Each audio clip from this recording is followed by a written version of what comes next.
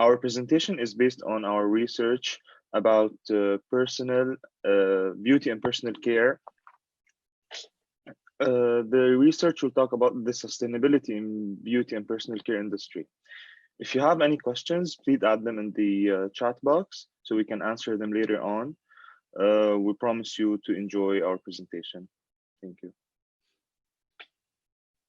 The industry level trend that we're focusing on is sustainability, and the consumer trends that we focus on are shopping reinvented, which is when consumers don't only want to purchase, but a relationship. They want to engage with merchants easily pre, during, and post purchase. In link to this, we have experience more. So consumers value meaningful consumption experiences. They want these experiences to be suited to their tastes, preferences, and lifestyles. They want to be able to connect to the brand while they shop.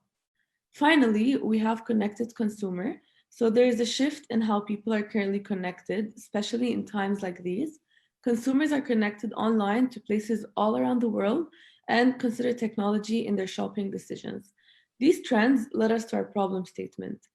How can beauty brands adapt to the advancements of the shopping experience in a way that will minimize their environmental impact by 2030?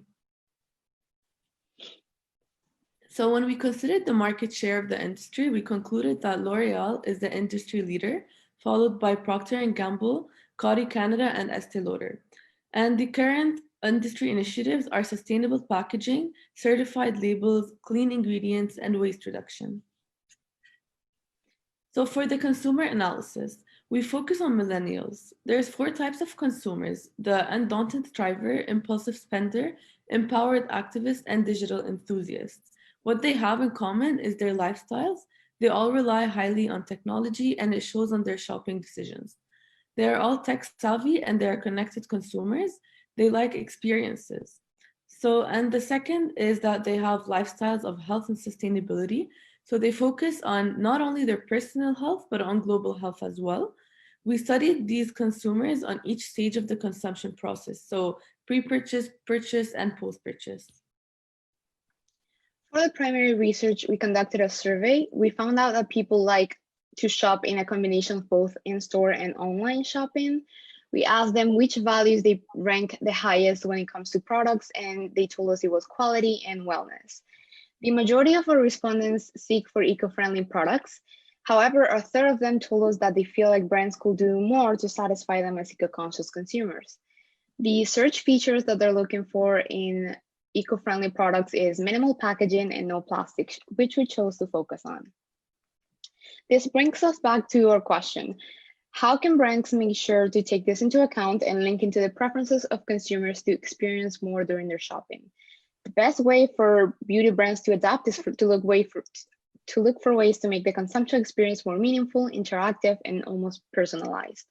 First, the introduction of automated waste-free beauty stores, where consumers can come in with their own containers and simply pay for the content that they need. These machines will refill the exact quantity they need. This will reduce packaging as well as the waste of products significantly.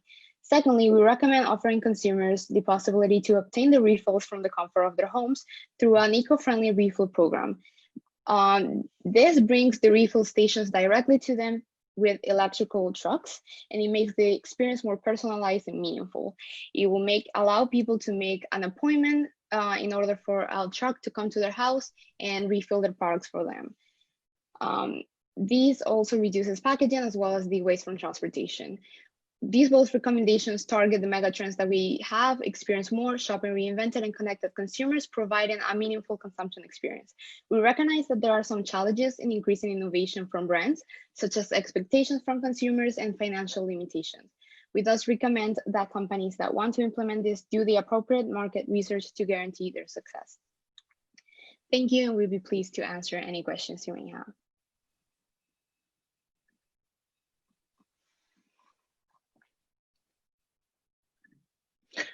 Okay, so it's time to answer your questions. Please type in any questions and we will be happy to answer them.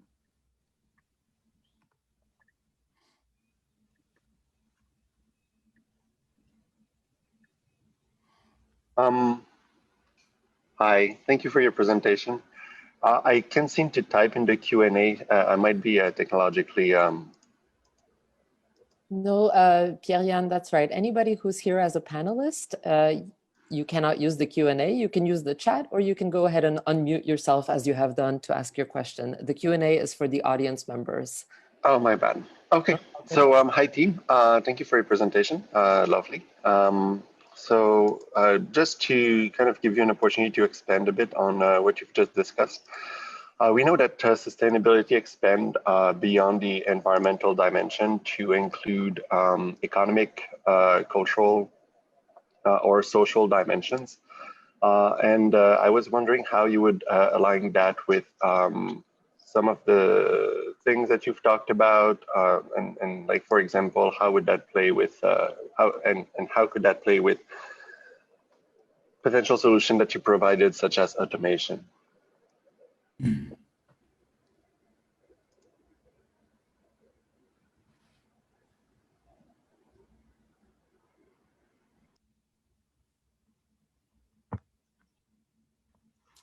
We're actually trying to figure out how we could answer this question for you. Do you mind reformulating the question maybe? Yes. So sustainability, which is the like the area that you've identified, expand beyond environment. So like, although we kind of tend to align sustainability with eco-friendliness, like the definition broadens to, let's say, like social sustainability. How do we make sure that we ensure that all populations are properly evolving in a way that's egalitarian? Like economic sustainability, how to make sure that people and businesses have their economic needs met, or cultural sustainability, how to protect and value diversities of the diversity of different communities.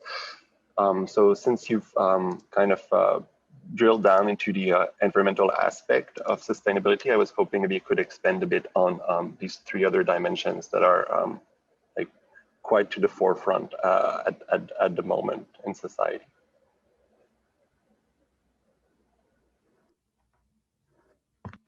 So maybe I could answer first concerning the social sustainability.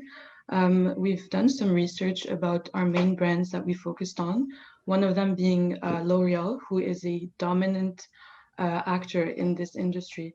And they have the resources to not only implement initiatives for their own brands, but also take initiatives that will benefit and protect biodiversities and cultures in general. Through our research, we found out that they are actually implementing, for example, a program by 2030 that is making promises not only in like their manufacturers and their production, but also the way that they're going to protect environments all over the world through different initiatives.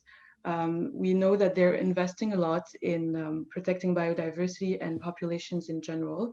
So they emphasize on social sustainability in a way that protects communities, because as we know, obviously, sustainability and environmental problems are impacting many, well, more populations than others, unfortunately, because there is inequality in sustainability and in the environmental initiatives that are happening across the world.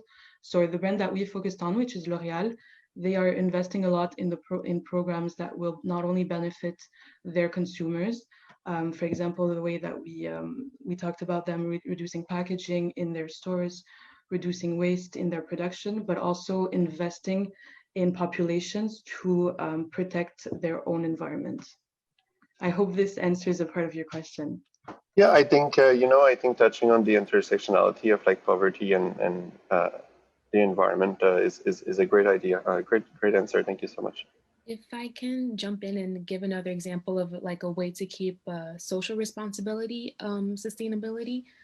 There was an example of Lush, the company. They have a product where 100% of their, not just the profits, but every time you spend money on this product, all the money goes to grassroots charities. And they also have a program where they give a grant to a customer or a researcher every year that helps boost their brand and the sustainability of their brand and their ethics, such as reducing not animal abuse, animal testing. So one year they gave a grant to a guy who invented like a synthetic skin that was very similar to human skin.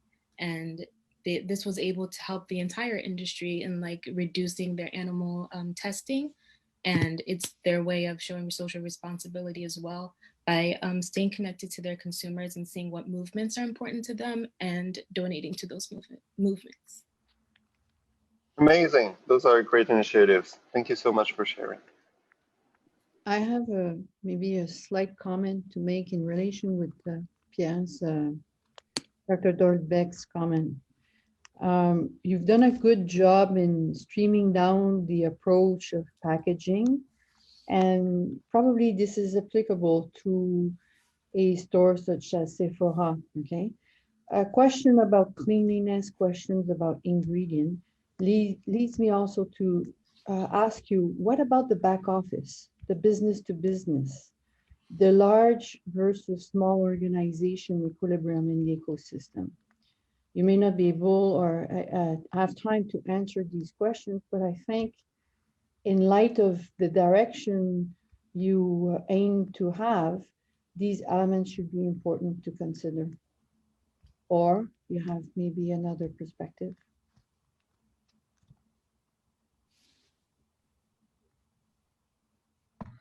Yes, sure. I can maybe try to answer the question for you. Well, through our research, because it is true that sustainability doesn't only happen in stores on the shelves, but there's also a lot of environmental issues that are generated in the back office, as you said. For example, you know, between manufacturers, retailers, business to business, there's a lot of pollution that is happening at that level. And from our research, we found out that a lot of companies are trying to take initiatives at that level as well. For example, Lush, which is a brand that we made some research about, they promise to protect and emphasize on sustainability with their suppliers, with their retailers, something that they call sustainable sourcing. So they only make sure to make business with suppliers and retailers and manufacturers that are environmentally friendly. So they are trying to have a sustainable impact, not only in stores and on the shelves, but also in the back office and with their sourcing. Thank you. What about cleanliness and ingredients?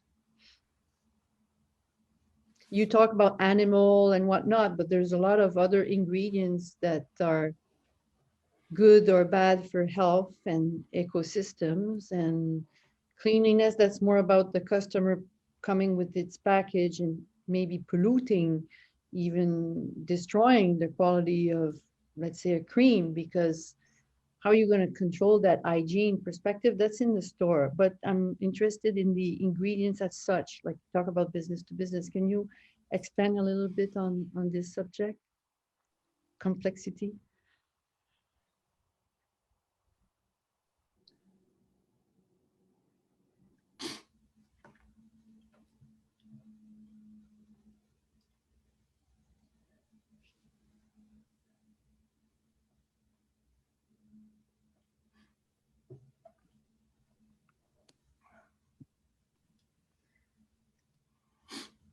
I think I can try to answer this a little bit. For when it comes to cleanliness, obviously that's something that's very important for people, especially they want to make sure that the products come in a very in a sanitized, sterile package. And of course, coming with their own containers will create a problem for that. Of course, it should be a requirement to be able to wash the containers before you even put it in. As brands, they want to make sure that they give customers the best product that they can, so they cannot have a liability that comes, such as making people come with their own containers without knowing whether they were washed or properly stored.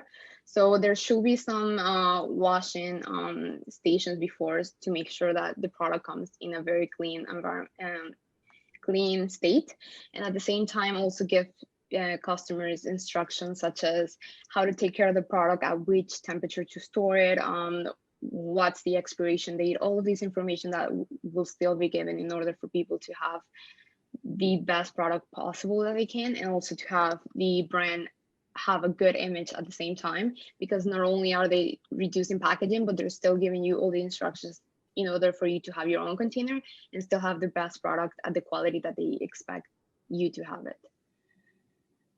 Thank you. I have a question. Sorry. Go ahead, please. Thank you very much for your presentation. I know it's not easy to be first, so good for you. That's a tough one.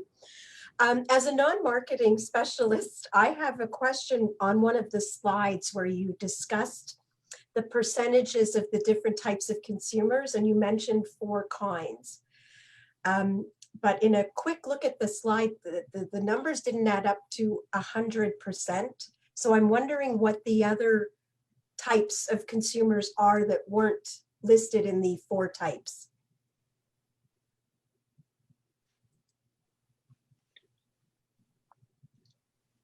I think we only picked the types of consumers that were in relation with our project. So I don't have the other types of consumers at the top of my head, okay, because we didn't really research about them.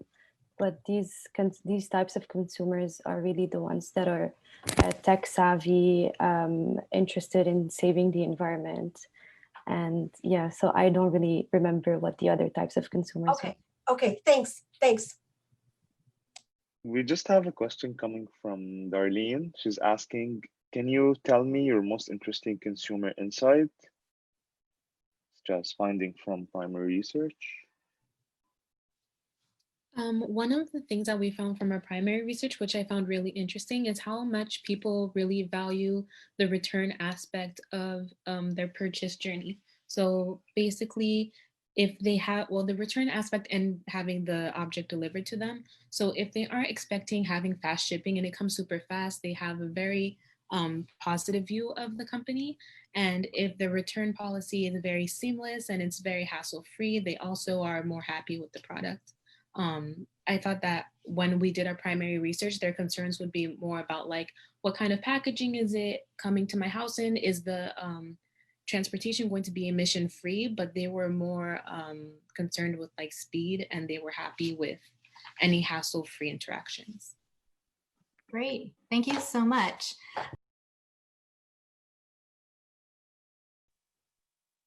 Okay, so good morning, everybody. I hope you're all doing well. I'm Naomi. These are my colleagues, Charlotte, Juliet, Omar, Melissa, and Alex. And we're going to be looking at COVID-19's impact on the alcohol industry. And our research question is, what is the relationship between the increase in alcohol consumption and the lifestyle changes of young Canadian adults due to COVID-19? So to begin, we're going to be looking at some of the key players within the alcohol industry and how they've been affected by COVID-19. So beginning with wine sales in North America, they have gone up by 5.9% in comparison to last year. Looking at the average shopping cart at the SAQ, which primarily sells spirits, they have gone up from $49.84 last year to $51.40 this year. And then beer sales in North America have actually decreased by 9.8% compared to last year. So how are the beer companies addressing this problem? Basically, beer companies have been putting a lot more money into ad campaigns to recover from these losses this year. Specifically, Molson has taken a patriotic approach. They have partnered with some local breweries and taken the angle of support local businesses. Another example is Coors. They did an ad campaign based on Zoom. So they showed people cheersing Coors drinks on Zoom with the idea of Coors brings us together even when we're apart. And one last example is Unibrew, which ran some contests and entered to win a package of their products of sorts. And that was to increase brand awareness. So now on to Juliet with consumer analysis.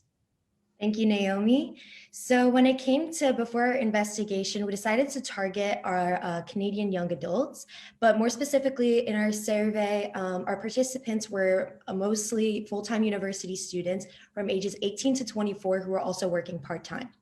When it came to pre-consumption trends, we found that boredom and stress were the most common reasons for drinking alcohol, which leads to a short and impulsive purchase timeline. During consumption, our survey findings found that before COVID-19, our consumers drank more for social reasons, such as parties or to have fun. However, post-COVID-19, there was a significant increase in individual and personal consumption, such as during their meals or for taste. We also found that consumers consume from a couple of times a month to as often as 2 to 3 times a week and associate certain alcohol products with events. So beer with hanging out with friends, wine was more for special occasions, meals, or for taste, and spirits and liquor was more to have fun or to party. When it came to post-consumption, we found that consumers expressed some level of regret. And because people associate certain alcohol brands with certain events, there is a likelihood for a purchase pattern in the future. So now I'm going to hand it on to Melissa for our recommendations. Thank you, Juliet. So we noticed a shift from consumption of spirits and liquor to wine. So in order to negate these effects for spirits and liquor, we recommend product innovation. So we think selling premixed cocktails would help address the increasing importance of taste for consumers. A great example of this is a premixed cocktail named Pink Whitney, which is a mixture of vodka and lemonade, who saw immense success. They sold over 1 million bottles in only 6 weeks of launching. We also think that portrayal of consumption socially but at home would help stay consistent with consumers' beliefs that spirits and liquor are meant to be consumed socially, but would also adapt to the changes in consumption location. Now, in order for the wine industry to maintain momentum, we think that strengthening the ties between wine and food would really prove beneficial. In Europe, for example, where wine is closely associated with mealtime, there's a huge market share for wine at 159 million US dollars. That being said, we think the adoption of the association of wine and food in North America could prove very beneficial. And we think this could be established through product placement, maybe in the Food Network, or through brand partnerships with meal kits, who have definitely grown in popularity during the pandemic. Thank you for listening, and we're ready if you have any questions.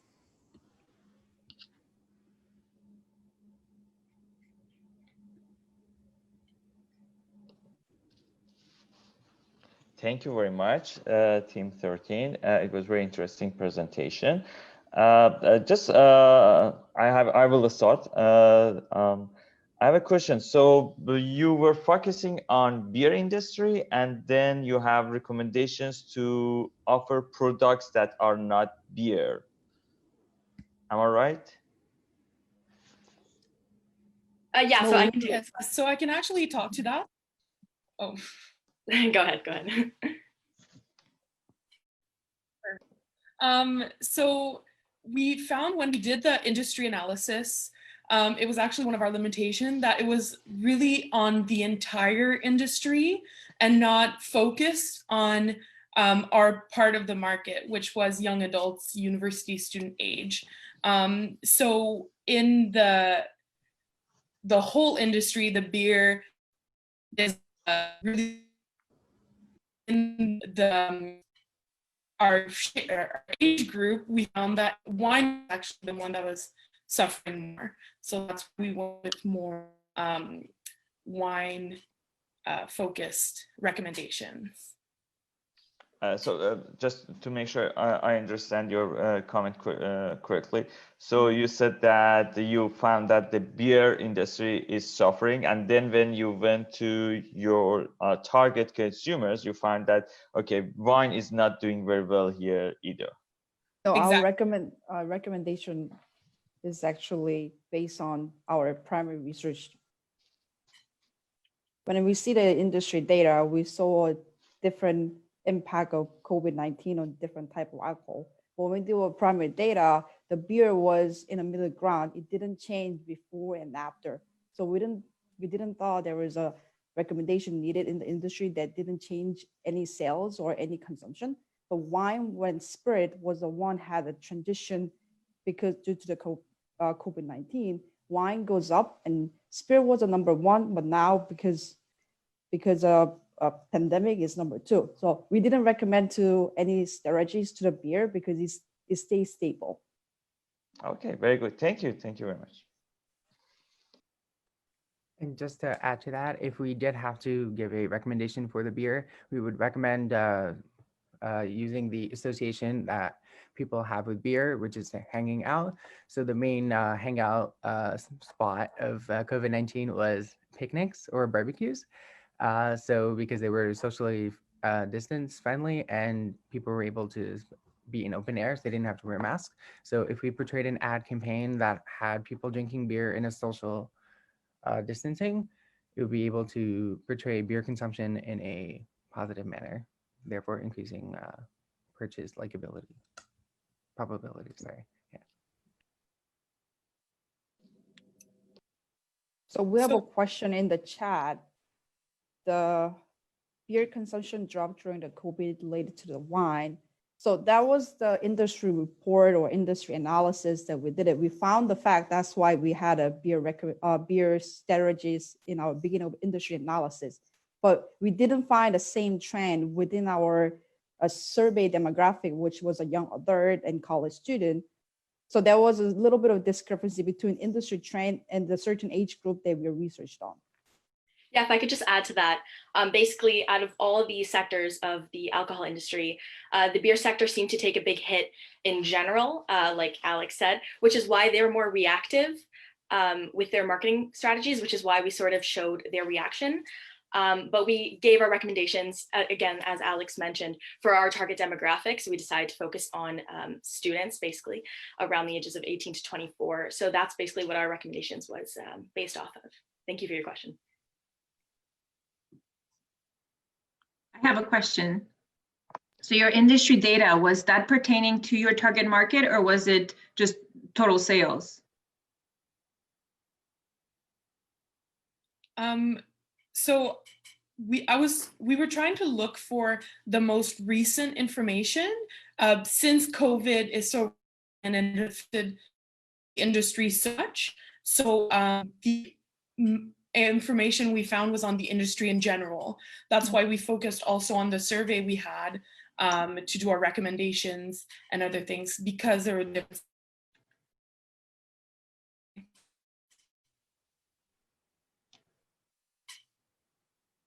Oh, Charlotte, you froze there. Does somebody else want to finish that thought? Okay, I can finish that. So there was a limitation in our secondary research because COVID was really recent event. A lot of industry report based on the last data they have, not close to this year. So there are some discrepancy between like what we're suggesting and the secondary that we found it. That's why our recommendation mainly based on our primary research that we got the survey and we collected it.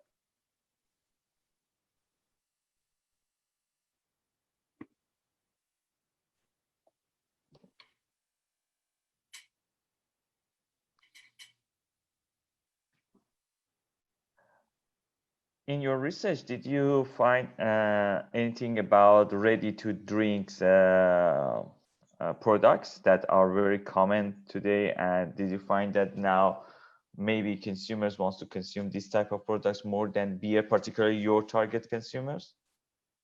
I can go ahead and answer that. Yeah, we did find, on top of what Melissa said during our presentation regarding Pink Whitney and ready-to-mix cocktails, we did find that there was, for example, in the wine industry, there was a Barefoot Wine that decided to launch their spritzer, which came in cans. There was also Smirnoff, which partners with the Bachelorette and makes more ready-to-drink and like adapts and positions themselves to hit to target consumers who are, of course, staying at home, spending more time in front of the TV. So yeah, we did find an increase in that throughout the industries. Thank you. I can add to that to at the SAQ in the second quarter this year. They actually found that this part of their market went up to 5.6% compared to 4.9% in 2019. So it went up. We actually have a question in the chat.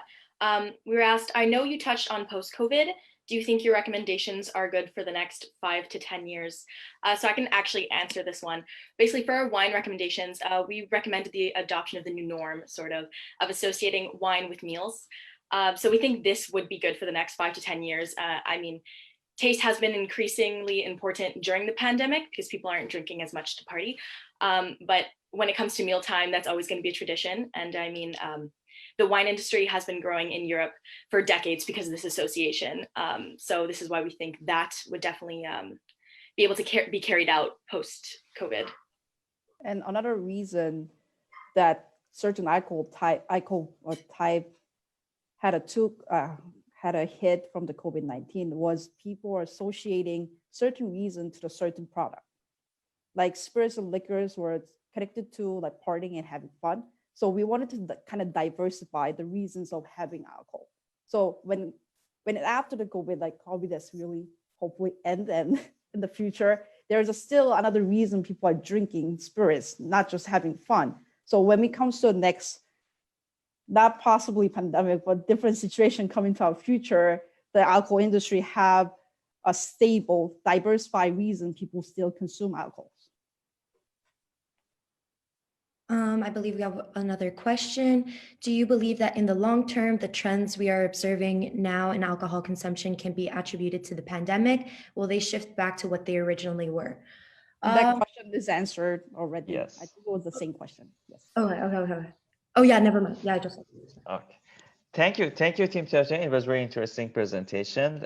Thank you very much. And now we can go to Team 14. Whenever you're ready, Team 14.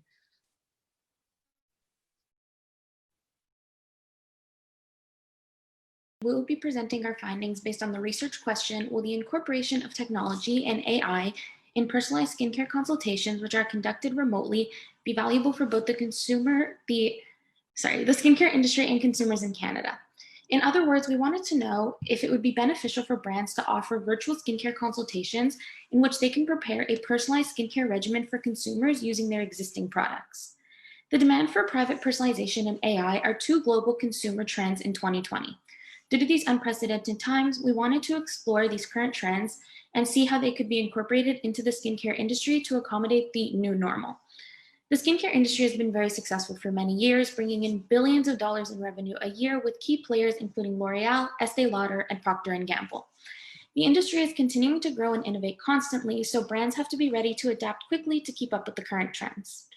Our findings were created using the data we gathered through a survey. So the demographics that are represented are as follows. Out of 130 respondents, 73.3% of our respondents were between the ages of 18 to 24, 83% are currently residing in Canada, and 93.1% identify as female. According to Stats Canada, people between the ages of 16 to 24 are expected to be making a yearly income of $16,600. However, based on our research, we actually found that the spending power of this age group has decreased since the beginning of the pandemic, with their incomes being lower than expected. Yet, only 13% reported a decrease in spending in the industry. In the skincare industry, the consumption process is quite thorough. It begins with the problem recognition of having skin concerns and then looking at reviews on several mediums to find the most effective product. The consumption process is a high involvement activity as consumers might get a skincare consultation and look for products that they can use in the long run. In post-purchase, they evaluate the attributes of the product that they believe are most important. In this case, we found it to be effectiveness, and decide if they will continue to use the product in the future. With the research question in mind, we decided to take a closer look at if there is an interest in incorporating technology into the skincare consumption process, and if so, for what reason and at what cost. We also evaluated how knowledgeable consumers are about their own skin types and skincare in general. Based on our findings, we recommend that brands incorporate personalization as a service. By this, we mean personalizing a skincare routine using the brand's existing product that will work best for that specific consumer. In our research, we found that 60.7% of those interested in personalization do in fact struggle to find products that work well together. This gives brands the opportunity to introduce the consumer to product combinations that they wouldn't have known to use otherwise. Secondly, given the fact that 75% of respondents who have an interest in the industry revealed a demand for the incorporation of technology into their shopping experience, we recommend that companies take advantage of the need for technology-determined skincare by investing in R&D. We recommend that they do so to create a system that can diagnose skin types and concerns and then use these results to create that personalized skincare regimen. As for our limitations, we believe that if companies were to implement this service, it should come with no more than a $25 additional cost to the consumer, as more than half our respondents said they would not increase their monthly spending by more than that. We understand that further research needs to be done to determine the return on investment for this type of project and its feasibility. There was also some limitation who we were able to reach with our survey, so we recommend to conduct similar research but on a much larger scale in order to get the most accurate results and avoid response bias. Thank you for listening, and we will now open the floor to questions. Okay, thank you, Team 20, for this. Our guest judges are starting to turn their video on. Yeah. All right, they're looking good. Okay, so I'll let you guys discuss, and also our guest judges, our student guest judges, please feel free to use the chat as well. I have I have just a comment, and it's interesting because I used to work for the distribute the product REDEFINING, which is a hair care product, and they had a machine, effectively people could use, and the hairdressers were using to try to identify the type of hair the customers had, and so in order to be able to propose, a well adapted shampoo, and I think it was had great success. So effectively, being able, to have this using technology, to help the customers and also the hairdressers to propose appropriate product is very important. But that's just my concern is the following: is it's not REDEFINING is a high-end company, and when we look at L'Oreal and we look at all those companies, and I even spoke to a friend of mine. She's a dermatologist, and she said all those products is just they're worth nothing. And so how we can convince people, to even to have this high technology, reassure me, that the product they have is of good quality. Okay, I'll take it. So what we did was we tried to keep the pandemic in mind as much as possible. And we actually did ask a question in our survey if people would be comfortable going to the dermatologist right now, or if you go to certain drugstores in the skincare section, you can get your face tested to determine what products you need. Obviously in skincare, a lot is trial and error. There's so many products that have similar ingredients or they target similar problems. But in this case, we're not necessarily, this isn't like Curology or Roman, which you get a personalized product for your concerns. It's more, the company would say, here are the products we already have. If you use these products in combination, based on the skin concerns that we have determined for you, then these products all complement each other really well and they will work well for you. We're not saying spend this premium amount of money to get a personalized product and then it doesn't work. We're saying based on your skin type, we think these products in our line would be perfect for you. Yeah, so it's basically based off of existing products that are already proven to be effective in the company. And it's just showing them how they can use these already effective products, combine them in a way that is even more effective to their personalized skincare. Just to follow up, what type of technology would they be using, to determine, the type of skin you have? How would you know that? So that's, like we said in our recommendations, we recommend that they invest in R&D to really do some research and development on developing a technology, because we're not entirely sure if that exists yet. But of course, creating that would give them some competitive advantage.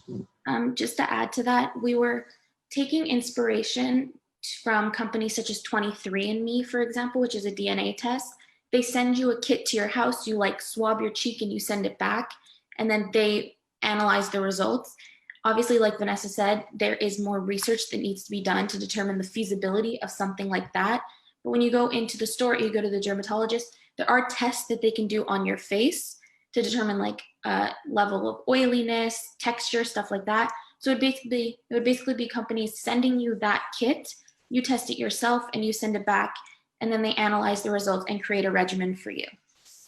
Yeah, and there are also a bunch of quizzes that people can do to answer how do they feel the skin when they wake up, all of these questions to know exactly what is the perfect skincare regimen that they can give to these people using their existing products.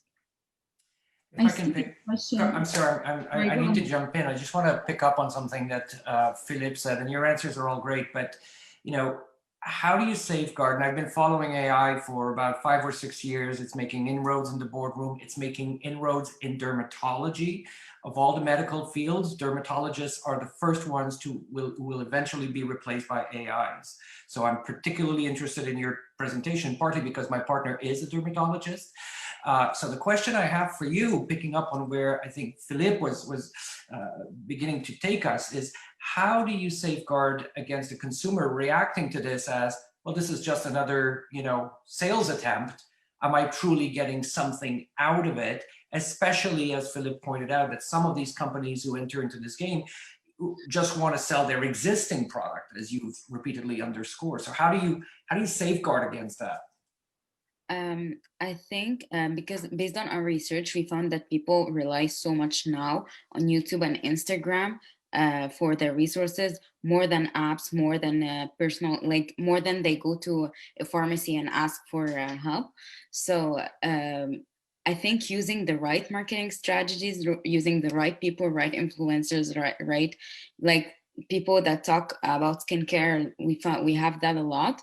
So using the right marketing strategies that, or maybe we can do like one of the marketing strategy would be like giving free trials, things like that. People will try the thing and then will like, it's just not something that we're doing just to increase the sales of the company. We want to really help the customers to make them want to buy the product. Okay. I just want to add to that. Sorry, just to say, it can even be done in collaboration with professionals like dermatologists and stuff like that to just build on the credibility of the service. Not in Canada. The legality is dermatologists cannot sell any products, otherwise they lose their license. The dermatologists wouldn't be selling the products, but they would be collaborating and maybe giving their approval on what. Very, very murky zone. I do want to apologize to cutting you off earlier. It's just this is really close to my heart, partly because in the food business, personalization and AI has been making light years advances, more so than in pharma. So you might want to look in that domain and how customers have responded. And one of the things we found in the food business is those customers that have embraced this are already those who were sold to the idea to begin with, which is an interesting market. But the bigger market is those who are on the fence, those who are not sure. So that was the point of my question. How do we get those? How do we make sure that they don't respond in this is just a blatant marketing ploy to sell me the same old, same old?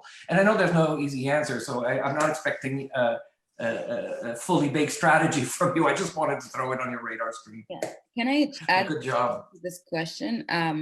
We did the multi-attribute model, which basically we understand what is the most important attribute for people.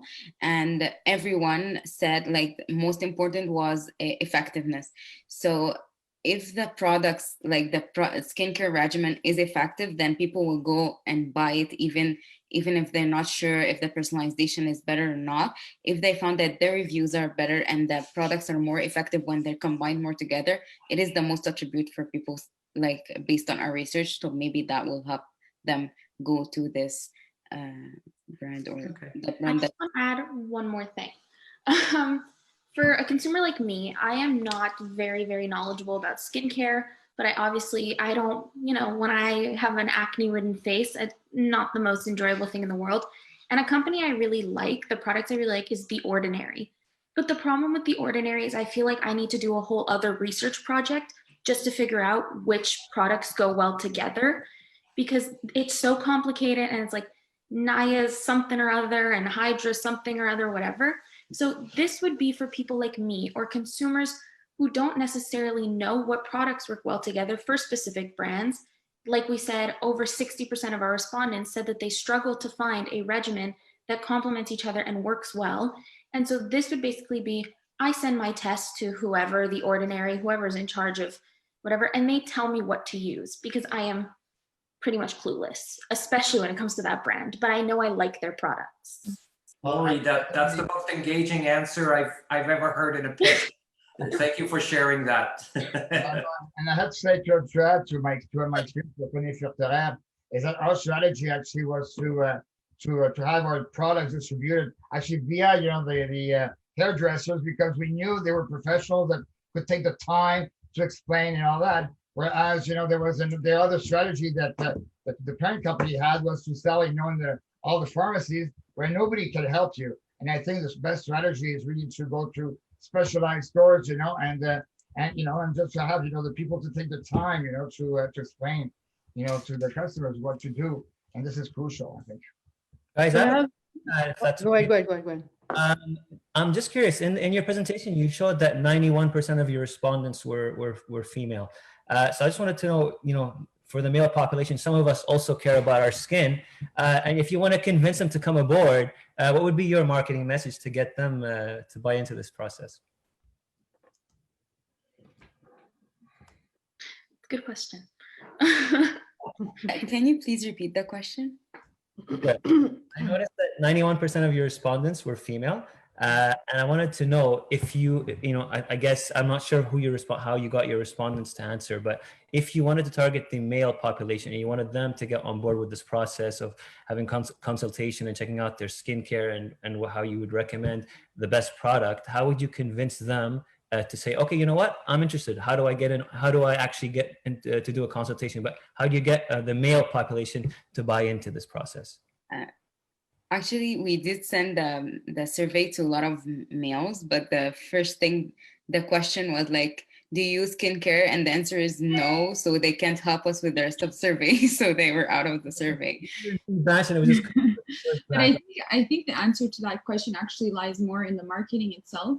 You have to really put out some campaigns that focus on males specifically and showing them that skincare is important to them too. So.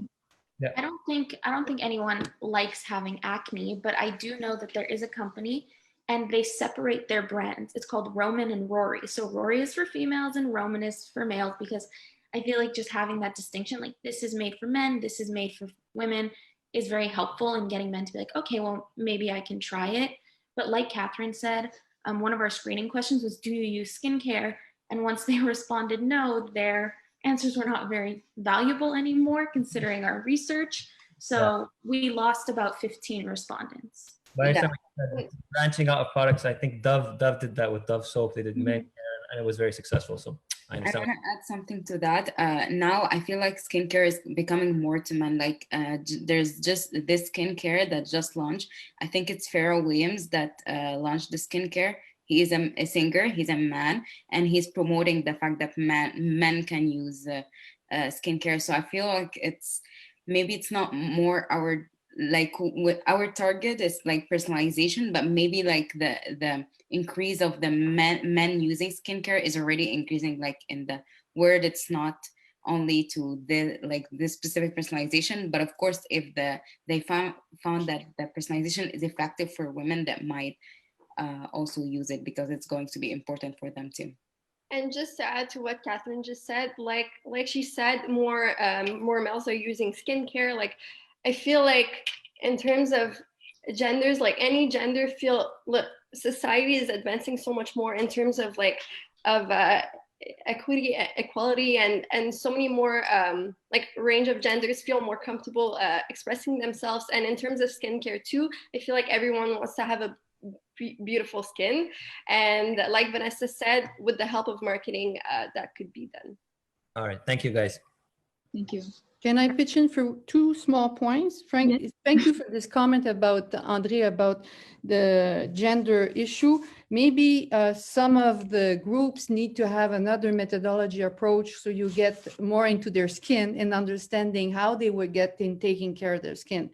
But what is good is that you are saying that with more knowledge, the customer will make better choice. And that's one recommendation you're making to the organization for a coherency perspective. And based on Jordan's, Dr. Lebel's comments and Mr. Kola, I think that at the macro level of the organization, science, business, and ethics has to be really cohesive. And that's maybe lacking throughout, because without research, you're not going to get a better addressing needs with technology. So, and skincare is not just about putting things on your skin. It's also discovering what goes on in terms of context, cancer skins and typology that are complex. So maybe that little aspect can be refined. But very good presentation because you had a lot of good questions. So hello, everybody. My name is Val. And me and Tristan are going to be presenting on behalf of Team 22, which is Fred, Danica, Mariah, and Salome. So we're going to start off by stating our problem statement. In a cannabinoid supplement trend, how accepting are people age 50 and over to cannabinoid products that provide pain relief over more traditional products that have been around? There's two industry trends that we have identified. The first trend is that recently legalized cannabinoid market is a rapidly exploding industry. According to the NAICS report published in July 2020, the industry revenue was sitting at $3.1 billion, up over $1.3 billion since legalization in 2018. Second trend we have identified is that non-smokable cannabinoid consumables are going to account for 45% of the industry revenue in 2020. A little bit about the consumption process. According to an article published by CTV, more than 8 out of 10 Canadians say they trust their doctors, so we can assume that a majority of seniors would trust their doctor if they were told that cannabinoids can alleviate their chronic pain. Now, a little over half of our survey respondents stated that they would not smoke cannabis medically, suggesting that during the consumption process, consumers would be more open to trying if it offered different modes of consumption. Moving on to demographics of our targeted consumer, we find that 39% of people in Quebec are currently 50 or over, and that is only set to increase in time. Now, unfortunately, according to a report published by Health Canada, 1 in 5 Canadians live with chronic pain. That number is reportedly increased as people get older, climbing to 1 in 3 Canadians aged 65 and over. Now, according to our survey results, the majority of those aged 50 and over believe that cannabinoids to be socially acceptable, and almost all respondents agreed that cannabinoids are not a dangerous narcotic such as cocaine or heroin. Now, when our respondents were asked to choose between opiates or cannabinoids to treat chronic pain, half of those who chose opiates did not believe they knew as much about the benefits of cannabinoids as their counterparts. Same thing for risks of cannabinoids or where to obtain them, nor did they have any belief in their pain management efficiency, which suggests that there is a grave lack of knowledge in the area. So when it comes to our strategic recommendations, our first one would be to improve the industry's online presence. So when analyzing our primary and secondary data, we found that there was a lack of knowledge when it came to cannabinoids. In particular, the data indicated that a large share of people aged above 50 are not aware of the different components of cannabis, such as CBD and THC, their pain relieving properties, and the various ways in which they could be consumed. Additionally, participants in our survey felt that they had not been exposed to many education, public health, and safety campaigns regarding cannabinoids. As a result, we recommend that the industry improve consumer knowledge through online informational and educational marketing as seniors' presence in the internet continues to increase. For our second recommendation, we recommend that the industry further diversifies its product line. As Valera mentioned earlier, the desire for cannabis alternatives is increasing rapidly. In our survey, the 56% of our participants reported that if they had to use cannabis medically, they would not smoke it. So this highlights the need for a greater product diversification, but in particular, non-smokable alternatives like cookies, gummies, beverages, and whatnot. For our third recommendation, Quebec currently has the worst ratio of population to establishments across Canada. That being said, the lack of education about cannabis mixed with the lack of establishment makes it more difficult for the industry to grow. So by increasing the number of establishments, this would facilitate consumers' access to cannabis products. Now, as for limitations, our sample size is relatively small with only 82 participants, most of which were between the ages of 60 and 70. And additionally, there was a lack of diversity in our population sample, which may not represent the attributes or the attitudes and beliefs of other Canadians from different ethnicities, religions, ages, and whatnot. So with that, we're done. We will turn it over to the questions. Thank you. Thanks so much, Tristan. Again, I'll ask my guest judges to turn their video on and to join the discussion. So I see you guys are there. And another reminder, of course, to feel free to post your questions in the chat box or in the Q&A. Okay. Hey, team. Oh, Guy, can I start this time? Hey guys, great job. You were talking about how folks of this age do trust their doctors, and then we're talking about marketing to the actual, respondents, the takers of said, marijuana, et cetera, cannabinoids that I can't pronounce. Was there any thought put into how you could work on working with doctors and, getting them involved, or what do doctors think? Like any research around what doctors are doing in terms of prescribing, maybe CBD oil and things like that? Yeah, so because this was a marketing project, I guess we tried to focus more on a marketing aspect, but a lot of secondary data did suggest that, you know, GPs had more, maybe not negative views towards cannabis for medical purposes, but weren't as open to it. Now, I don't know if this is caused by training that they received at a younger age and how the attitudes for cannabis has shifted over the years. But I think that currently there is maybe a lack of openness to the idea of it because it's a relatively new practice. So if, for example, the industry and doctors could work hand in hand in terms of educating the doctor or to put them up to date with the practices and how they could be beneficial, I think that it could only be a win-win, because right now the current method of alleviating pain, I think, as we've all seen, seems to be more towards opioids and whatnot, which has been very problematic in the last few years, as we've seen with the opioid crisis.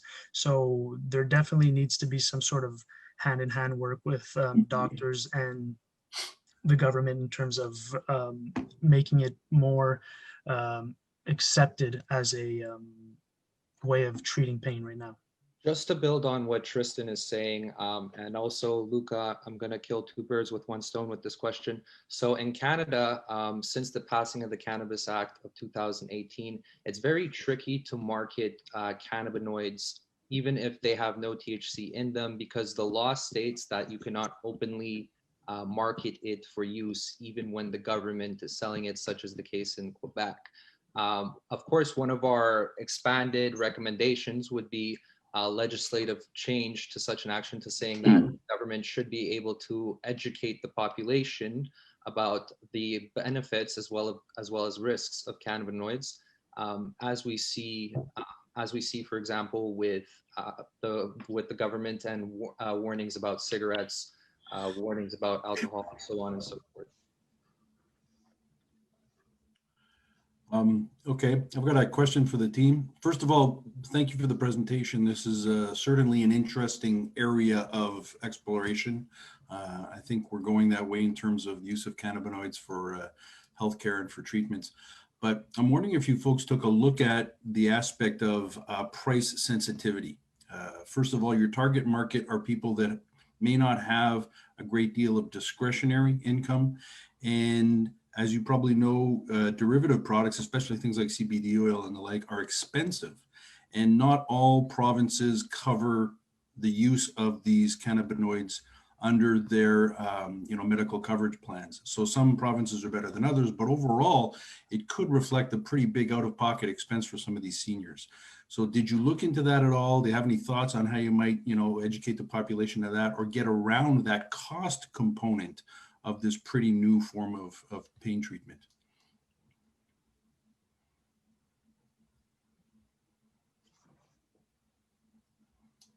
You want to take that? Yeah, sure. I'll try to swing it. Hi, Mr. Barbeau. I had you for 10 years ago. I know, I recognize you. Very, very good question. The only true solid answer I have to that is that medically prescribed cannabis does seem to be cheaper than what's available recreationally.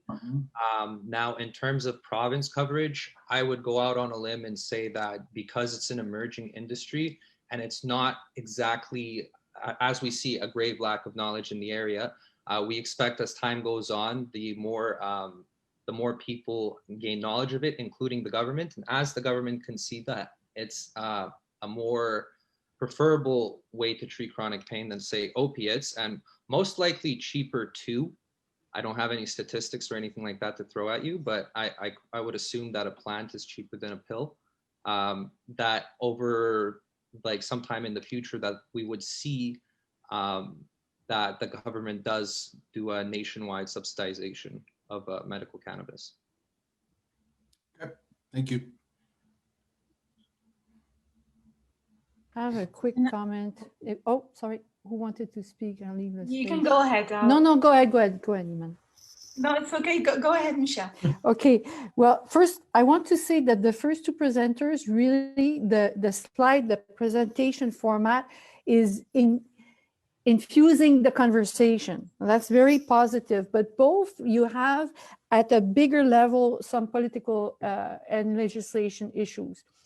Funny that this type of drug is a leisure government prone, and that the real issue is taking care of the health, which is also linked with the power struggle of the pharmaceutical and the investment in the research.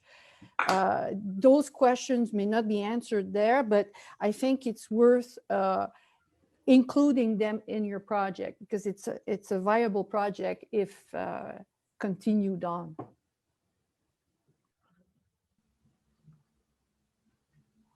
That was my comment. I have a very quick question. First of all, thank you all for a very great presentation. My question is about when you're marketing the product, what are you going to be focusing on as the main competitive advantage? Are you going to be marketing it from the point of view of like just efficacy, just because it's a better way to for pain management? I would personally say yes to that question, because we've seen that if you want to look at it in terms of risks and potential risks and benefits, cannabis right now seems to be, I don't want to downplay it, but the best of the options in terms of the risks. So opioids, you have issues with, you know, high addictivity, withdrawal, all these types of things, that there's organ damage and whatnot. And there hasn't been, and because this is a new industry, this may be subject to change, but there hasn't been as many risks associated with cannabis use for medical purposes, in particular with products that are non-smokable. So a major issue right now that people have towards it is they don't want to smoke it, because especially at that age, you don't want to be consuming smoke into your lungs. But we would really emphasize on the aspect of, it seems to be the most beneficial and natural way to relieve pain, and for that reason people should give it a shot, because it's just better for their body. I would add on also to Tristan's answer that it's not really about marketing a competitive advantage as it is about informing of the facts that are backed by science through what is now years and years of research starting. I mean, the most heaviest cannabinoid related researches were coming out at the beginning of the millennia. So again, it's not really about marketing a competitive advantage as much as it is about educating on facts. And that is what we said, like one of the biggest problems is that there's especially for seniors, that there's a grave lack of knowledge in all areas, from benefits to risks to where to get it to how it could be consumed and so on and so forth. But earlier on in the presentation, you said that 8 out of 10 seniors trust their doctors and their advice. So if seniors are going to adopt it, they're probably going to adopt it because of the advice of their doctors. And would doctors care about efficacy, or would they, and of course the risks associated with the medicine, or is it more about them developing general knowledge and being comfortable as well with prescribing it?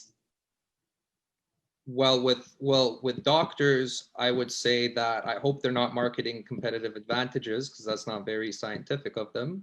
That I would hope that they are providing just the pure benefits, risks, and what would happen if A, B, C, or D would occur, and what the best treatment option is. So we believe for chronic pain that the best treatment option, actually we don't believe, it's backed by science, the best treatment option when it comes down to traditional forms of pain relief, such as in this case we're really concentrating on narcotic opiates, that cannabinoids are, and it's scientifically proven again, that they are the better pain reliever. So it would only be logical for doctors to recommend them over, say, Oxycontin.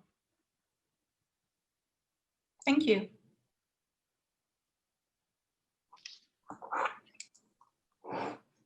Thanks.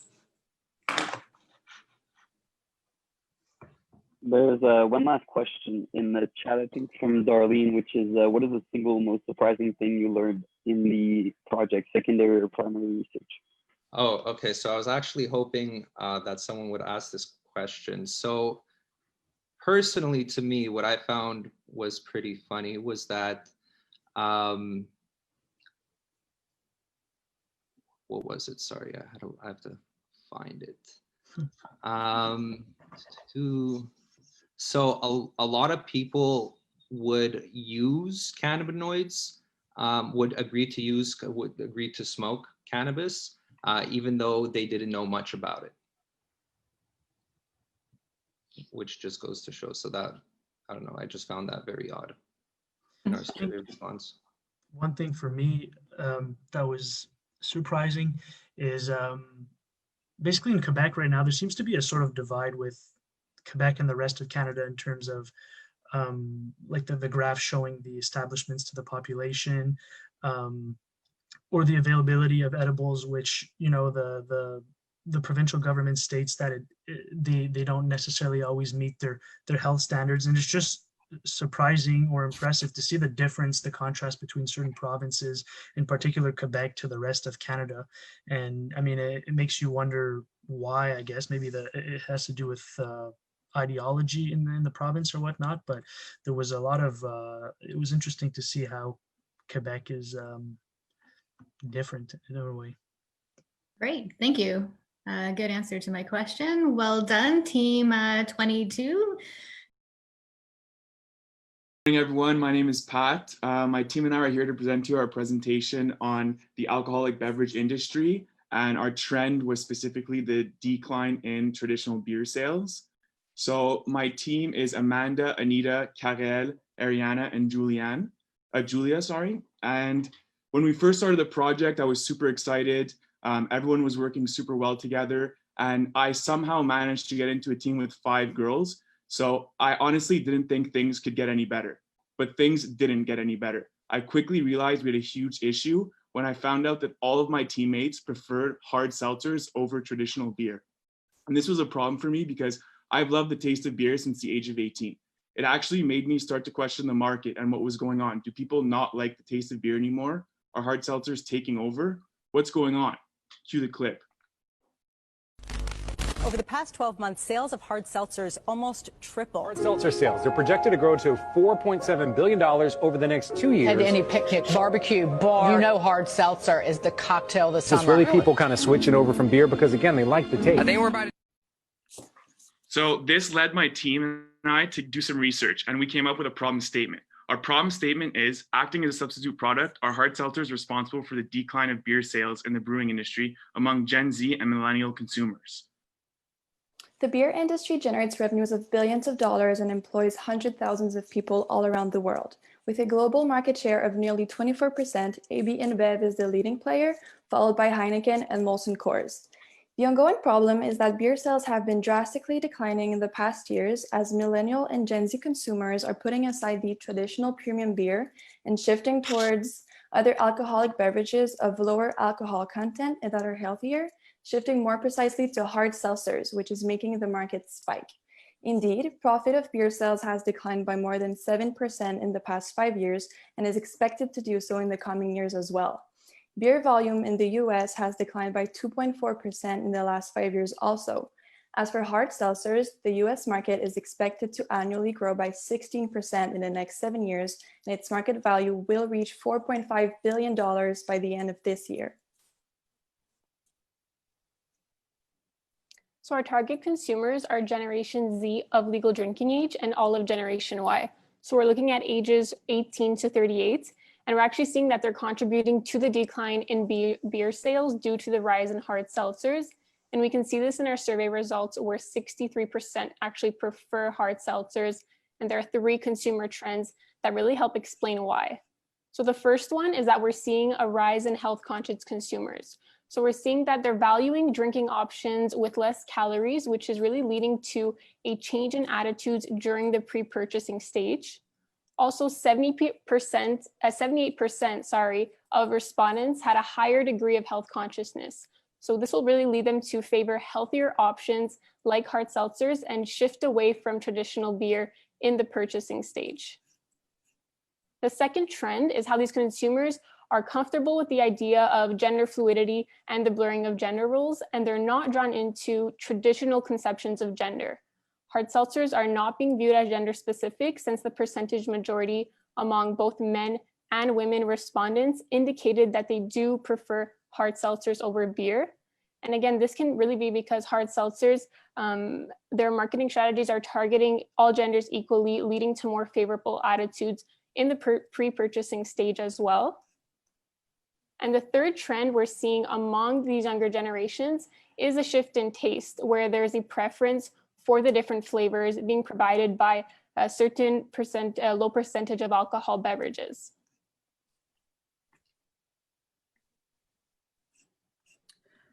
So we basically have 3 recommendations to help beer companies boost their sales among the younger consumer demographics. Our first recommendation is to have health-inspired packaging. So through color and font, a light green packaging and larger font would insinuate a healthier alternative. Our second recommendation is to have gender-neutral advertisements. This would reject gender stereotypes associated with traditional premium beers, which are seen as very male-dominant. A third recommendation is to address the shift in taste. So beers infused with kombucha, lime, citrus, to follow the path of light beers and hard seltzers and make them more mainstream. Our limitations are listed there, and we'll now be taking questions. Thank you. Thank you, Team 28. You can now stop your screen share. Great. And now I'll ask the guest judges to turn on their cameras and their microphones and join Team 28 for the Q&A. Well, I have one comment right now. I must say that your storytelling at the beginning was just fantastic. Having the little video was fantastic. It was great. I mean, it's you really started on the right foot in your presentation. Thank you. Thank you. Thank you. Thank you. Okay, I'm just gonna. Well, one of the things that struck me as you're talking about the sort of modifying the perception of the brand, you're talking about taking beer and infusing it with citrus flavors and that sort of thing. As somebody who's kind of a fan of microbrasserie, that like you're taking beer and turning it into something that isn't beer, as opposed to trying to promote beer. I'm just wondering what if you're really accomplishing what you're wanting to do by changing the product, or if you had thought about changing the perception of the existing product instead. Well, the thing is, like, to us, it is beer, and we're just trying to address like a shift in taste, because these hard seltzers often have different flavors. So, and there's also there's more craft beers that are being infused with other things, and the younger demographics tend to really like that. So we're trying to introduce that and make it more mainstream. So larger companies like Molson could potentially start doing that and appealing to younger demographics that way. And it is still beer. Also, I just wanted to add something. So I do understand that's a valid point, but keep in mind that is just one of our suggestions. So we are also addressing, as you mentioned, the perception of beer with our first recommendation, where we would keep the normal taste of beer, but we would address that perception by having more healthy and colorful packaging and emphasizing the calorie count with a larger font, so people that are more health conscious could still drink traditional beer and feel like it's healthier and see the health benefits in front of them. Could I ask a question, just maybe from a strategic perspective? If I'm a Molson Coors or an Anheuser-Busch or something like that, why don't I just do my best at marketing my existing beer products as beer products and my microbrewery products as such, and just get into the seltzer market or just get into the other like alcoholic drink market? Why try to cannibalize one off of the other? I've probably got enough resources to develop a whole new line of brand or whatever. Why not try that? So a lot of beer companies actually are doing that. Keep in mind, our research really focused on the comparison, and we stuck to that, of traditional beers. But if you take an example, Bud Light has actually started doing that, offering flavored beers or sort of seltzer, right? So you can get lime, orange tasting beer and stuff like that. So we really focused on traditional beer and the taste and what a normal Molson export beer would taste like. I don't know if that answers your question.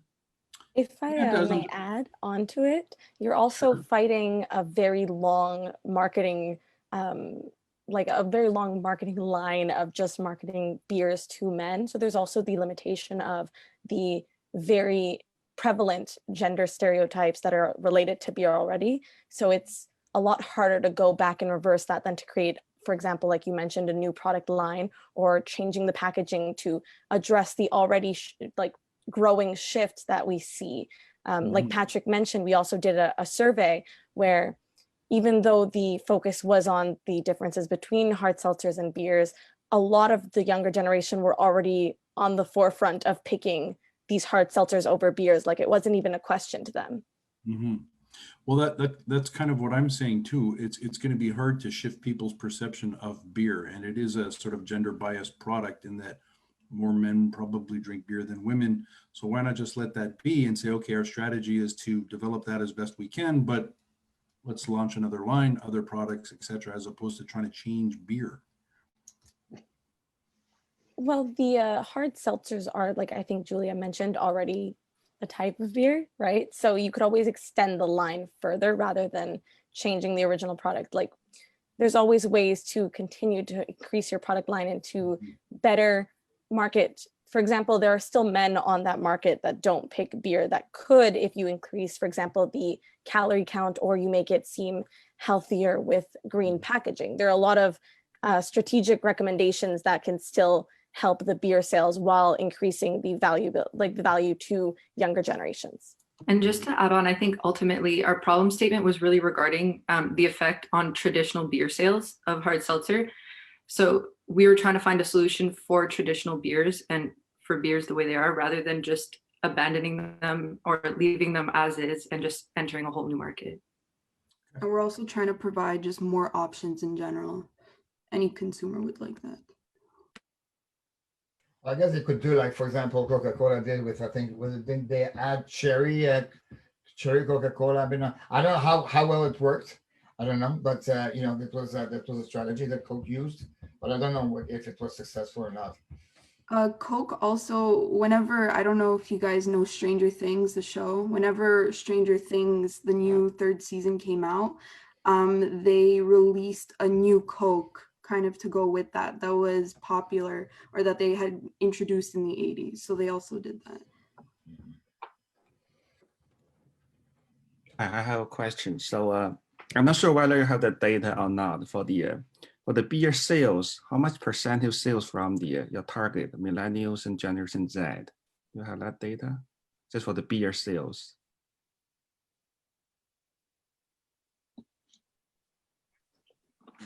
You're asking for the decline percentage in beer sales, or just get the share just among the total beer sales? How much percentage sales comes from the millennials and Generation Z? Is a big percentage? I believe we have that. We'd have to look. Just one moment. Yeah, I'm just curious. And so for the hard seltzer, you know, you have the connection between hard seltzer and the beer. For some other alcohol product, let's say wine, there's no any connection between those two with the other alcohol products. So yeah, so we also, in our limitations, this is something that we considered. So there were a lot of aspects that we somewhat excluded, I'd say, including hard liquor, wine, and things of that sort. Just because, and another example is we focused on store sales, right? Because traditional seltzers are fairly new. And you can't have, if you go to a bar, well, also because of the current situation of the pandemic, we decide to focus on store sales, but you can't currently go to a bar, your local bar, and order a hard seltzer, but you can order a beer. So we thought that it was a more fair comparison if we just focus on the store comparison and left out hard liquor, wine, and so on. So there would be more of a fair comparison. Right. And also maybe the difference between hard seltzer and the beer is less significant. I would say it's minimal. In terms of recommendation for the beer company, I'm not sure whether that's an option. You can purchase the beer which is more suitable in some occasion when the hard seltzer may not be appropriate. Like if you compare beer versus wine, in different occasions, both are the alcohol product, but people consume them maybe in different occasions, different environment. I'm not sure whether you can apply that when you produce the beer against the hard seltzer. What would be an example of two different occasions? I'm not sure I understand. To me, it's like the beer is more casual, like at home, you work with your friend. The wine still do the casual, but sometimes more formal, environment. That's type of a little bit different occasion you consume those two products. Okay. So I think I understand your question. For wine, I agree. Wine is seen as more formal than beer. That's why we compared beer and hard seltzers. They're kind of both, people drink them kind of in the same environment, like at a party, a concert, that's where people drink them. So we felt like it was a very fair comparison to compare beer and hard seltzers. Like if we're comparing beer and wine, you could make the argument that people drink them in different areas, but also like we're also focusing like at home, people are drinking seltzers and beers more. So I hope that. To add to Julia, in our primary research of the survey, we had a question that addressed which type of alcoholic beverage the questionnaire taker drank and which setting, and these similarities between beer and hard seltzers were the most similar within the different settings as compared to wine and other alcoholic beverages. Okay, thank you. Good morning, everyone, and welcome to our presentation. Today, my team and I wish to briefly explain to you our latest discoveries regarding luxury goods among young consumers. So Cyrus and I will be presenting. Edwin is behind the scenes setting everything up. And you have Siti, Tanya, and Laini answering your chat questions, so don't hesitate. In 2020, Euromonitor International found that millennials and Gen Z are particularly open to AI-driven robots for tailored and curated experiences. So we asked ourselves, how can luxury streetwear brands implement better marketing strategies using AI to target their Gen Z and millennial customers? As a primary research, we surveyed Canadians. We used exploratory research to better understand our question. As a secondary research, we mostly went with Boston Consulting Group. Our survey was based on 3 trends. So the impact of COVID-19 on consumers, how these individuals view secondhand luxury goods, and how the technology influences the consumption process. According to our survey, the key player is Louis Vuitton because the brand knows how to adapt to the nowadays consumers, aka Gen Z and millennials. It was named the fastest growing brand in the top 10 of 2020. I will now leave you with Cyrus for further investigation on the topic.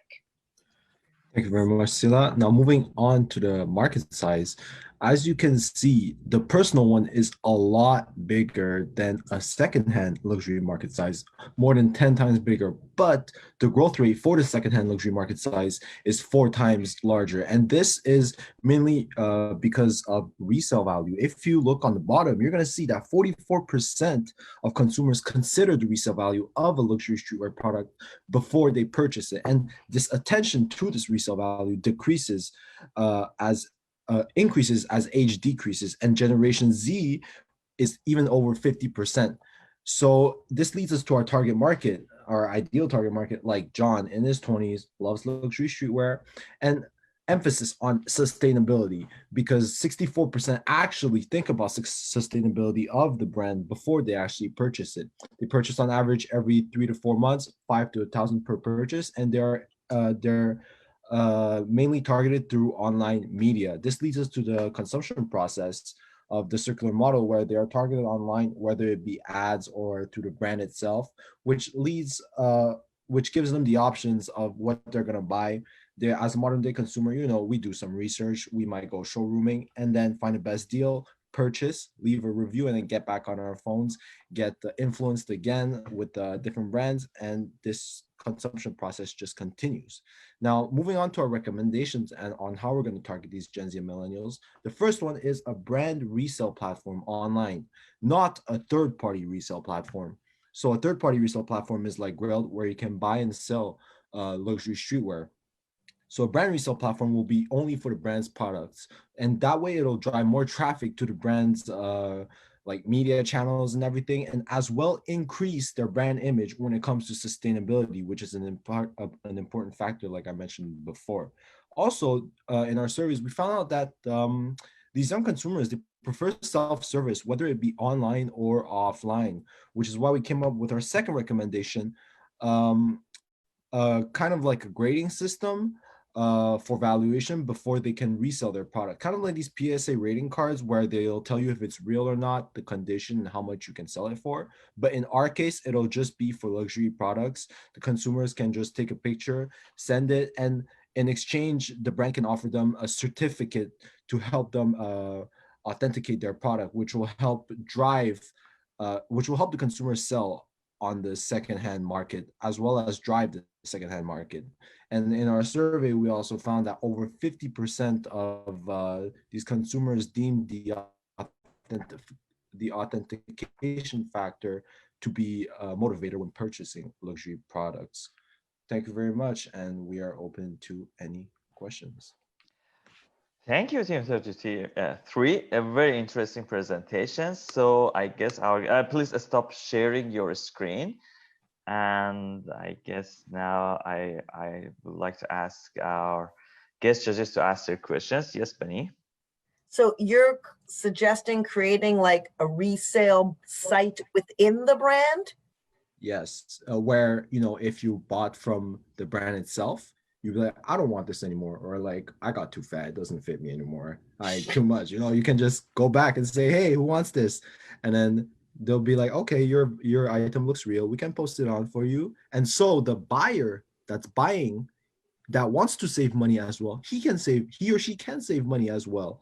And so it's like, and it like reuses the product, so it's like really good. It's like, oh, no. It's a win-win. It's a win-win. I see the value. Just out of curiosity, have you seen this in any other brand, or this is all from you guys? Yes, but only one brand. Yeah. There's actually a lot of third-party resale platforms. Like I know that. saw. Yeah. But from the brand itself, there was only one brand that did this, but the brand is not really that known. It's called And the Millimeter. I'm not sure if you know, but yeah, it was just like, sorry? Of course not. I'm not in the know. You know that I'm not cool at all. No, it's not like that. It's not like that. But we have two together. You know me. Yeah. So yeah, they did that, but it was just like for a moment, and it really went well. They had really good feedback, especially on the sustainability part. Oh, that's honestly a super idea. Taking, getting the brand to take back some of their money. Yeah, brilliant. For sure. Brilliant. So what you're saying is when people look for, because it's so expensive, what they're doing is they're looking to how to recoup some of their money when they buy it, right? So it's like, how am I going to get some of it back? Yes. And how long do they keep it before they do that? Because I'm not too sure. I mean, luggage is different, but to buy and I'm all about shoes. Anna's probably laughing right now, but I'm not going to wear someone else's shoes if they've been wearing them. Well, I'm not going to wear someone else's shoes anyway, but possibly I might look at them if they've been worn gently to a wedding once, and then I get them back. But how long does someone wear something and then expect actual money for them? Heather, that was a great question, actually, because it depends. It depends on, for example, like you said, a shoe or a dress. Because a dress for a wedding, for example, like for a wedding, they would keep them for less time, but shoes, they would keep it for longer, and then they would sell it. Or like maybe a bag, it's like a bag, it doesn't really like seem that dirty, so they would keep it longer. But there's a fun fact, it's that some shoes, actually, they go up in value. Many shoes, actually, they go up in value during the year or like 2 years. And for example, you bought it brand new for like 300, you wear it, and now it's like in a bad condition. You can sell it for 500 because prices on that shoe went up. So you can wear it and make money. So that's why you see like more and more younger consumers are getting into this, because they not only see this as a way to like wear cool stuff and be cool kind of, but also to, you know, to make money. Oh, it's brilliant. Also, I just wanted to add, it depends on the item, but it also depends on the person, because like maybe someone has some shoes for a year and takes very good care of the shoes, but maybe after a month they will completely destroy the shoes. This is why we also have the grading system. This way, when you want to when you're ready to resell your clothes, you know what their value is and if you can even sell them. Oh, this was great. May I? Yes. Hi. So yes, great idea, very creative. And I also like that you're not only emphasizing the economic value of your business model for your consumers, but the sustainability part of it. You know, fast fashion and you know, just disposing of products. Consumers really have one or maybe two ways to dispose, either throw away or donation, but the donation again is not the most sustainable you know, path either. A lot of it gets thrown out at the end of the day anyways. So it's a nice way to kind of make consumers aware that there's different ways in which you can dispose or elongate the life of your products. And then, you know, you can either resell it if it's in good condition, but you can also potentially have a recycling operation going on the other side with your products, right? So I really like that angle of your presentation, of your idea. Thank you so much. Thank you so much. That's really great. I mean, I know there's third-party companies that actually do that, but they charge the seller for a fee to resell their goods. But if it's done within the brand, it could be really better for the seller and the buyer to, you know, buy the actual product and save much more money for something that is very expensive. It's building up on the used car market where you have like Volkswagen, but it's perfect. It like if whatever Vera Wang says this is good quality still of my product, then of course it makes perfect sense. And my daughter does that on her own personal page. She's selling her own clothes. It's amazing. It's a brilliant idea. Is a great entrepreneur. Yeah. Personally, I do it too. I do it too.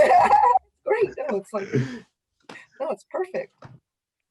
So I have a question. Yes. It was a great presentation, so thank you for that. Thank you, Mary. Are your trends transferable to different age groups, or is there a particular group that favors this model more than others? Yes, there's Gen Z and millennials who are more into that resale culture, because when you're like older and you get a job, maybe like staying home and collecting clothes to like potentially make money is not worth your time. It might be like a side income, but as you get older, you have more different incomes. You might get into stock investing, kind of like shoes will not, or like shoes and clothing, there will not be a way for you to save money or collect money, because you have more ways of making money. So yes, there's a trend. Yeah. To add on to that, the way Gen Z and millennials are buying and hoping to resell, like Cyrus said, because of their age group and also the mentality that they have at the moment right now, this is the structure that we're seeing right now. And the older or people that are out of this age group, there is a chance that they would do it, but it's a lot lower than the age group that we're presenting in this presentation. In addition to this, the millennials and Gen Z, why they're interested in this kind of structure is because it's not something that older generation has in mind. Like there's a certain structure that you have to go through. You have to have a business or make it more formal. Like you have to have education and build business, and then have a certain structure like plan for life, whereas people that are starting their businesses or getting into entrepreneurship, they don't have that much of a fixed mindset, and that's why they're more open to this kind of ideas, and it's more interesting to them right now. Okay, so hi everyone. Thank you so much for being here today and joining us for the last presentation of this webinar series. My name is Sophie and I'll be joined by Bianca. We will be presenting on behalf of our team. Max, Gael, Elizabeth, and Kevin are also here joining us. Also, just to give some context, what you see on the board right now is our final poster that we've submitted for this project, but given the Zoom setting, we've decided to adjust it into some smaller slides just to give everybody a better understanding. So, okay, so starting off, our focus is on the way luxury leather brands are reshaping the digital experience for Canadian millennials during the COVID-19 pandemic. And we are specifically relating this to luxury leather handbags from brands such as Louis Vuitton, Hermès, and Chanel. In terms of the industry, sales from luxury leather products grew by 4% to 1.5 billion in 2019. And when referring to the online luxury market, given COVID-19 and the decrease in consumers' discretionary income, the industry will continue to suffer losses throughout 2020 and will presumably bounce back in 2021. To respond to the rise in e-commerce, luxury leather brands such as Burberry and Gucci have begun to implement robust online platforms to cater to consumers' needs by trying to mimic the in-store experience. In terms of our findings, the foundation of our research was based on experiential marketing strategies provided by our secondary research. This suggests that in the pre-purchase, purchase, and post-purchase stages, the consumer should be engaged in experiences crafted by the brand that address their emotional and intangible needs. One way brands have elicited this is with the inclusion of custom and personalized additions to their bags. Also, in addition, Canadian millennials spend about 25% of their income on non-necessary goods. Seeing as though the average salary ceiling for millennials is approximately $50,000, if they are going to be making a purchase of a leather handbag, it will likely not be a yearly occurrence, which is also demonstrated by our survey results. I will now pass on to Bianca. Thank you, Sophie. So with the primary research that we have done, we noticed some similarities within our actual survey results. So we surveyed 82 millennials online, and our main takeaway was that they much preferred purchasing big ticket items in stores themselves. Our participants were all aged 18 to 25 years old, and they were all students, which does match our initial consumer profile. They also all typically view luxury goods as a status symbol that allows them to belong to a more distinguished group. So out of these millennials, only 4% of them browse online stores and actually continue to purchase virtually, whereas roughly 62% of them just use the website as a way to browse and then would continue their transaction in store instead. So the biggest drawback to purchasing online is the lack of touch. So when purchasing something worth over $1,000, it is totally understandable for someone to want to get like a final feel of the product before actually committing to it and buying it. And seeing it in person also eliminates the risk of an altered view online. Lastly, nearly 40% of our participants find purchasing online without a sales associate a huge deal breaker when it comes to purchasing a big ticket item. So based on our results, a typical consumption process would be first browsing online.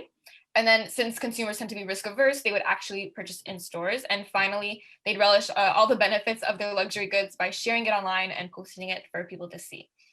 So our 3 recommendations that we came up with that not all these luxury leather handbags are already doing are as follows. So since a sense of touch is one of the most important things, offering free and easy returns by mail with an extended time limit would be beneficial for the companies themselves, but also for their consumers. So with a longer return period, consumers may lay off returning it and perhaps even grow to like the product in the future. And websites can also enhance the pre-purchase experience by introducing marketing emails and more insider exclusives to have people feel like a part of the company as well. And virtual video consultations that have already begun for a bunch of different brands, not all, necessarily all luxury ones, but like online with a knowledgeable brand associate can be booked online for customers just before purchasing something big to facilitate like the experience in the online world. So with all that being said, we hope you gained a greater understanding of the luxury leather market today, and we now open the floor to questions. Okay, thank you, Team 40. We'll just wait for our guest judges to populate my screen here. And again, I'll encourage folks to write in the chat or their questions in the Q&A if they're part of our audience. Okay, I'm muting and I turn the floor over to you guys. I'll jump in with, not to put you on the spot, but maybe with a question that's not so much detail oriented, but asking you to step back. How do you define luxury?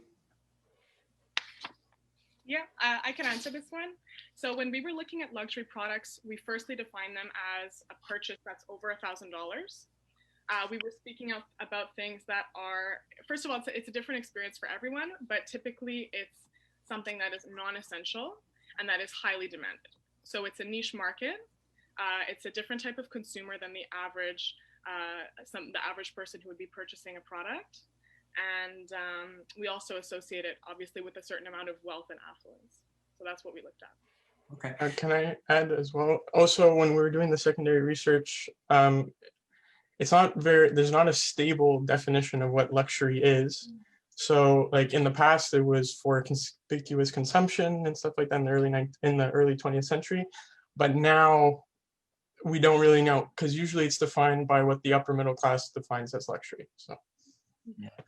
I'm glad you caught that. I'm doing work right now with someone who started the International Observatory for Luxury Consumption in Paris. And the whole issue about how do you define luxury has been going on for 50 years. There's no right or wrong answer. The $1,000 threshold has been used, but quite frankly, you're going to buy a Tom Ford suit, be prepared to pay $6,000. So the $1,000 limit is a little bit iffy, but I'm glad you picked up on that confusion, because there is a bit of a big murky area there. And congrats on your presentation. Very easy to follow, very well presented. Bravo. Thank you, thank you. Just to clarify also, the $1,000 for us was the minimum, typically. Okay. Yeah. Well, I'm just gonna pick up on that. So yesterday I bought this jar of pistachio spread. Yeah. That was quite a bit of money. And my partner was like, "Are you nuts?" I'm like, "No, that's the height of luxury for me to be able to buy, to consume that." But we're not talking $1,000. So I think it goes by product category, and you have to be careful. Certainly pleasure and status symbol are two important drivers, but for some other customers, the sensory experience may be the driver. And it doesn't have to be public consumption. So the world of luxury, depending on how you slice it, can lead you to very different types of reflections and research. So good pickup on that, but bravo again. Thank you. Thank you. Just to follow up on that $1,000 minimum, I don't want to steal Carolyn's thunder here, but given that $1,000 minimum is how you're defining things, is the 18 to 25-year-old age demographic the best demographic for you guys to target? I could start by answering this one, but I do think that just given our limitations with COVID and how we were only able to submit our surveys online, we did submit it mostly to JMSB students. One, yeah, partially it was easier for us, but also we do identify with them more as well. So we definitely got a better understanding. And like we said before, millennials do tend to go up to the age of 40 as well. So that was part of our limitations. But I think it definitely helped us understand more. But yeah, totally, for sure. It definitely was like a limitation. Yeah. And I'd like to add on to that. So millennials are also part of the industry and are part of young professionals. They have higher purchasing power, and their purchasing power is going to increase over the years. So they basically are the future consumers, which is why we focused on them. We could have focused on boomers as well. But as you said, millennials start from 18 to 34, and boomers would start at the very end. So we could have considered them as well. But like we said, we are limited in terms of research, and we had to really focus on online platforms and surveys. And the majority of our survey takers were millennials. Be careful, you're skipping a whole generation here. Because there's Gen X that are so millennials are, by the way, 40, 1981 is when millennials start. And then there's Gen X, that's up till 55, I would say 60, and then boomers. So be careful. Not to, Gen X is always the generation that's forgotten, but those guys are still fairly young, a lot of money, and they're not your grandparents yet. 100%. Thank you, Caroline. Thank you. Gen X is always forgotten. Sorry, no, I just meant that boomers are not very tech savvy, which is why our strategies was to focus on online strategies and implementing things to improve the performance of online platforms in the luxury industry, which is why we mentioned boomers, just because they're not very tech savvy, and improving that specific aspect of the luxury industry would help them as well. I'm still going to be annoying by that. And again, it's not a criticism about you guys, but it's just in general. My dad buys on Amazon. And my dad is 67 and he buys on Amazon. My aunt is 72 and she plays Word with Friends with all her girlfriends on her app, on her iPad. So again, be careful with these stereotypes. I'm the Nintendo generation. Grew up with so again, be careful with that. So my question actually was, so your online strategy is interesting because I didn't know, yes, I should have known, but I didn't know some people will go online to buy a $10,000 purse. And so I thought it was interesting that you said let consumer try and return if needed. But from a brand perspective, let's say I'm the product manager of Gucci. The girl can dream for a while. And you're trying to convince me to say yeah, send the product to consumers, trust them. And if they don't like it, they'll send it back to us. But I'll be like, this is fucking expensive. And what if they dink it? And what if they break it? And what if? So from the company side, basically, how could you convince them to adopt that kind of strategy? I could start by answering this and then I could have my team help me out too. But I do think that with the growing interest in purchasing online, it is something that eventually they're going to have to adapt. But also, like you said, there's so many what ifs, but with everything, there's always what ifs. So they're going to really need to, especially that they're a big ticket brand, they're going to really need to figure out a way that these things won't happen. Could it be signing something? Could it be having a lot of the customer's information before even sending it? It could be a bunch of different things. It's totally something they're going to have to look into. But I do with iPads, with my laptop that I just purchased, it was the same thing. I was still able to return it and I could have dropped it. I could have accidentally spilled water on it and then said it didn't work. There's always these things. So I think totally Gucci and Louis Vuitton and all of them, they're going to have to think of something for sure. It's super important. But I do think it is possible, like everything is. Yeah, no, that's fair. And actually, I just wanted to throw something a bit left field, I guess, to you guys, because I think you can handle the question. Have you thought about samples? Because if your problem is the tactile aspect and ensuring that I can experience the quality, instead of sending me the entire bag, could it work as well or close enough if you send me a little square of the material and the stitching and things like that, so I can tactile it, experience it, and then be okay, go, I'll put $6,000 on this tiny purse. Yeah, honestly, we didn't think about that, but that's definitely something that would be useful. It might not be exactly the same, but like you said, with the risks of sending something so expensive to someone we don't know, that could definitely be useful for sure. Even for people who are so familiar with Gucci and they just want to get a feel of something before buying it, I think that's super cool. Yeah, or just have an actual purse, you have testers in the stores where people do, touch it. Just send that, those few that, you produce. Yeah. People will have to wait, but I think they'll wait for that. Yeah, that too. On with that would be that it's too expensive to send samples, especially for luxury brands. I think they want to stand out in terms of products. So if they were to send samples, it wouldn't be as luxurious because they would have some kind of access to what they're purchasing in a way. So it would be expensive and it would affect their image in a way, I feel. But that's just my opinion. Well, it depends because there is an influencer trend, which that's something you guys should be aware of, that people buy bags from luxury brands to pretend that they did a shopping spree at luxury. So I don't know if you guys knew, but people pay $50, $100 for a Gucci bag, a Prada bag, a Chanel bag, empty bag, just so that they have these nice photo ops with this big stack of bags with the paper coming out of it and be like, ooh, my life is great, I went shopping. And see if these brands are able and willing to sell these products, I'm just pushing back here for discussion's sake, but I have a hard time believing why I would go against them if I could get a nice little And you can even almost turn it into a promotional product. Like, here's a bookmark made of our luxury leather. And if you like it, then buy our purse. Just saying, just again, conversation. Yeah, that's a great question. I'm just gonna draw the attention to the Q&A. We have a question. What are the current shipment procedures of luxury brands? Yeah, I answered it like right underneath. Oh, you answered it? Okay. Yeah, so just to let everyone know, for Gucci and Louis Vuitton, it's if you purchase in stores, it's 14 days. And if you purchase online, it's 30 days. Just from my experience, I work for Fossil. I don't know if you guys are aware, but it's also like a leather handbag store. We have 90 days return policy because we do have bags. Not a lot of people know, but we do have bags that are around $600 to $700.